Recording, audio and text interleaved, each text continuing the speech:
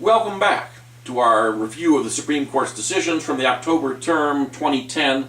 I'm your host, Clark Kelso.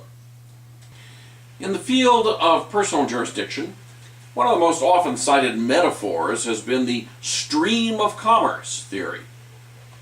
Taken to its logical conclusion, the stream of commerce theory would essentially make anyone who availed themselves of a United States market for sale of a product suable in any of the 50 states of the Union for injuries resulting from the use of the product. The facts before the Supreme Court in McIntyre Machinery v. Nicastro came close to this hypothetical. The manufacturer of a metal shearing machine was incorporated in England and manufactured the machine in England. The company never marketed its goods in New Jersey and never shipped its goods to New Jersey. Instead, the machine which caused the injury had been purchased by the New Jersey business from an independent distributor who had purchased the machine from the manufacturer. For a four-justice plurality, Justice Kennedy advocated a clean rejection of the stream of commerce theory in favor of what he thinks is the more workable and focused inquiry on whether the defendant, quote, purposefully avails itself of the privilege of conducting activities within the forum state, thus invoking the benefits and protections of its laws, close quote. For Kennedy and the plurality, the stream of commerce language has introduced an unfortunate indeterminacy into personal jurisdiction jurisprudence and has directed attention away from what should be the core focus, the basis for sovereign authority over a foreign person, to vague considerations of fairness and foreseeability. For Kennedy, it is enough that the manufacturer at no time revealed an intent to invoke or benefit from the protection of New Jersey laws. Ginsburg dissented in this case with Sotomayor and Kagan. She finds it frankly incredible that at this late stage in the globalization of markets, a manufacturer who sells its products into the United States can escape jurisdiction in a state where one of its products is sold and causes injury to a local user. Clearly, Justice Ginsburg would take the stream of commerce theory to its broadest conclusion. Well, neither Kennedy nor Ginsburg commands a majority, and Justice Breyer and Alito strike the middle ground.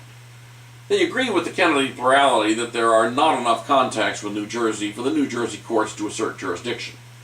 But they eschew any need to change existing law, and they reach the result applying existing precedent. As Breyer notes, none of the court's existing precedents finds that a single isolated sale is sufficient to establish personal jurisdiction, and he doesn't see much more in the facts of this case. We have two class action decisions to review this term. The first decision involved a make-or-break class action against Walmart for alleged gender discrimination under Title VII. In Walmart Stores v. Dukes, the District Court of Ninth Circuit approved certification of a class comprising about 1.5 million current and former female employees of Walmart, who alleged that the discretion exercised by local supervisors over pay and promotion violated Title VII by discriminating against women. The plaintiffs sought injunctive and declaratory relief and an award of back pay. The court split 5-4 on whether the plaintiff should be permitted to try to satisfy the requirements of Rule 23b-3. For the majority, the plaintiffs failed to satisfy even the threshold requirements of Rule 23a, so there was no need to consider the elements of a 23b-3 class.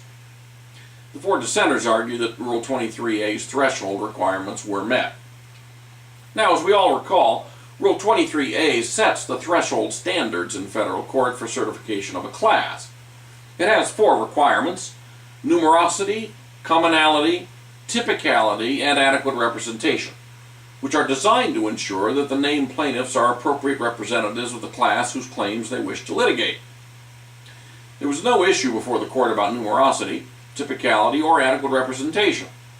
Instead, the Supreme Court focused its attention upon the issue of commonality, and a 5-justice majority held there was insufficient commonality to support a class action. According to the majority, the commonality inquiry requires that class members have suffered some common injury as a result of some common action, such that a class-wide proceeding is likely to produce common answers to these core questions. The suit against Walmart was a particularly poor candidate for producing common answers, since the basic allegation was that the company permitted local supervisors to exercise too much local discretion. As the court pointed out, the plaintiffs essentially wished to sue about literally millions of employment decisions at once. In these circumstances, according to the majority, there is insufficient commonality to support any class action.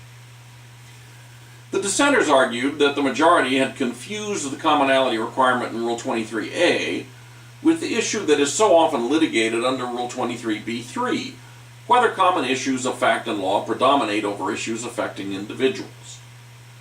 The dissent took a minimalist view of Rule 23a, pointing out that the prior understanding had been that even only one significant common issue was enough to satisfy commonality under Rule 23a. The district court found that the key common issue was whether Walmart's pay and promotions policies gave rise to unlawful discrimination, which the plaintiffs were prepared to prove on the basis of statistical analysis and anecdotal information. For the dissenters, this should have been enough to satisfy Rule 23a, and the question of whether dissimilarities between class members' claims predominate over common issues should have been dealt with under Rule 23b-3. Now, the majority's decision in Walmart is significant precisely for the reason given near the end of the dissent, where Justice Ginsburg notes that because Rule 23a is also a prerequisite for Rule 23b-1 and Rule 23b-2 classes, the court's dissimilarities position is far-reaching. Close quote. We will now have to watch over the next several years while the lower courts struggle to apply the new Rule 23a commonality analysis to all class actions. The decision in Walmart really opens up a whole new front for battle in class action litigation. Well, our second class action case involves an unusual attempt to secure from a federal court an injunction against a state court class action. The Anti-Injunction Act, first enacted in 1793, is designed to make sure that federal courts respect the power and capacity of state courts to adjudicate matters properly within their own jurisdiction. The Act broadly proclaims that state courts shall remain free from interference by federal court injunctions, subject only to 3 exceptions. In Smith v. Bayer Corp., the Supreme Court dealt with a case involving the third exception, the so-called relitigation exception. Now, it is generally understood that the relitigation exception is designed to implement well-recognized concepts of claim and issue preclusion. The idea is that if a federal court has issued a judgment, and it is clear that a state court is essentially trying to relitigate that case, the federal court should be able to protect its judgment by issuing an injunction against the state proceeding. Now, however, as we all know, issues of claim and issue preclusion are usually resolved by the second court to which a claim or issue is presented. A court does not usually get to tell other courts what preclusive weight to give its own judgments, and the reluctance to interfere with that second court is reinforced under the Anti-Injunction Act out of respect for state court tribunals. As a result, the Supreme Court gives every benefit of the doubt under the relitigation exception to the state court, and an injunction can issue only if preclusion is clear beyond reasonable doubt. That brings us to the facts in Smith v. Bayer. The first lawsuit against Bayer was filed by a different plaintiff in a West Virginia state court, alleging sale of a defective drug known as Baycol to the plaintiff. At about the same time, Smith brought a similar action against Bayer, also in a West Virginia state court. Bayer was able to remove the first suit to federal court because of diversity, and then that suit was transferred to the District of Minnesota, where tens of thousands of other suits involving Baycol were consolidated. Bayer could not remove Smith's suit because of lack of diversity, and so that lawsuit continued in state court. Both actions were styled as class actions. The motion for certification came up first in the federal court, which denied class certification because individual questions of injury would predominate over common issues. The plaintiff in the first action did not appeal, and so that judgment became final. Bayer then asked the federal court to enjoin the West Virginia State Court from hearing Smith's motion for class certification, alleging that the issues were essentially the same. The district court granted the injunction and the Eighth Circuit affirmed. The Supreme Court unanimously reversed. In order for issue preclusion to apply, the issue the federal court decided must be the same as the one presented in the state tribunal, and the plaintiff in the state action must have been a party to the federal suit, or else must fall within one of the few exceptions to the general rule against binding non-parties.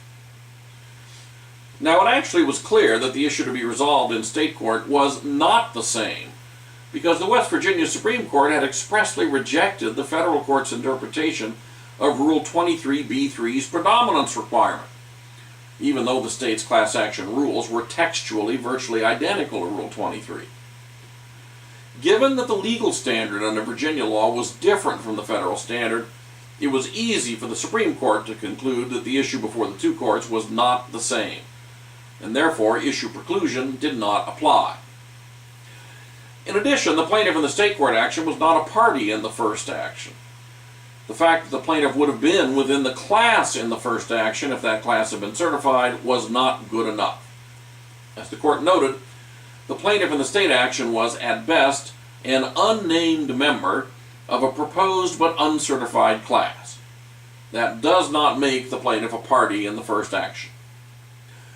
So, the court reversed the judgment, which will lift the injunction against the state court suit and permit it to proceed. Next, we turn to a decision involving arbitration. In AT&T Mobility versus Concepcion, the court handed a huge victory to big businesses which sell products and services to consumers by holding, with a majority opinion by Scalia for 5 justices, that California's application of the doctrine of unconscionability to strike down consumer arbitration agreements that disallow class-wide arbitration is preempted by the Federal Arbitration Act. The Federal Arbitration Act does not prevent a state court from striking down an arbitration clause under general unconscionability principles, so long as the state court does not evidence special hostility to arbitration in the process. Well, in 2005, the California Supreme Court ruled in favor of consumer advocates in Discover Bank versus Superior Court, where the court struck down as unconscionable an arbitration clause disallowing class-wide arbitration, where the waiver of class-wide arbitration was found in a consumer contract of adhesion in a setting in which disputes between the contracting parties predictably involved small amounts of damages, and when it is alleged that the party with superior bargaining power has carried out a scheme to deliberately cheat large numbers of consumers out of individually small sums of money. Justice Scalia held that the rule in Discover Bank was preempted because its application stood as an obstacle to the accomplishment and execution of the full purposes and objectives of Congress in enacting the Federal Arbitration Act. In the first place, the Discover Bank rule, though phrased in general terms, was pretty clearly targeted at arbitration clauses with class-wide waivers. Discover Bank was not a rule of general applicability. It was an anti-arbitration rule. Second, Justice Scalia noted that requiring class-wide arbitration was contrary to the overall arbitration goals of informality, speed, and cost-effectiveness. Class processes in arbitration were necessarily more formal and court-like. Those formal processes significantly delayed resolution of those disputes, and it was more expensive.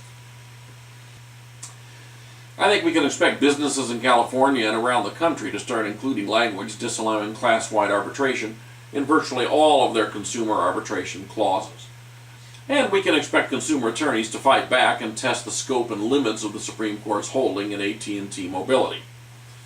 I suspect that this is just round one in what will be a long, drawn-out fight.